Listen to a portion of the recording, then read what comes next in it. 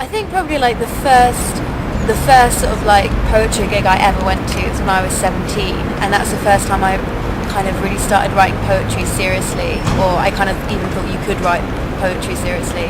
And I think I went to Poetry Unplugged at Poetry Cafe, and ever since then I just sort of heard other people perform, and I was sort of a bit too nervous that first week, and I just fell in love with it and sort of went, as much as I could, and just really liked the live scene. I've always loved reading poetry by myself, but at the same time there's just something so electric and exciting about hearing someone do it live.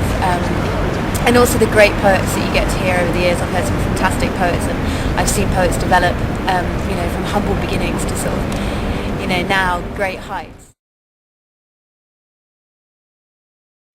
I've been inspired by sort of a number of different writers from really different kind of backgrounds. I've been, I love really sort of old poets like Tennyson. I love sort of more modern like T.S. Eliot, but then at the same time I love, poets that are around today. I love Freddie Lumsden. I love Niall O'Sullivan.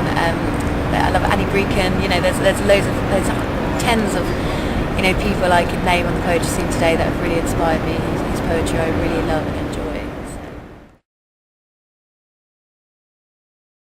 I really felt. If I wanted to express something and there's sort of not a word that exactly says what I mean, then, I'll just make it up, and I don't know really whether you're quite allowed to do that, but I do it anyway, so I don't know, write me a letter of complaint.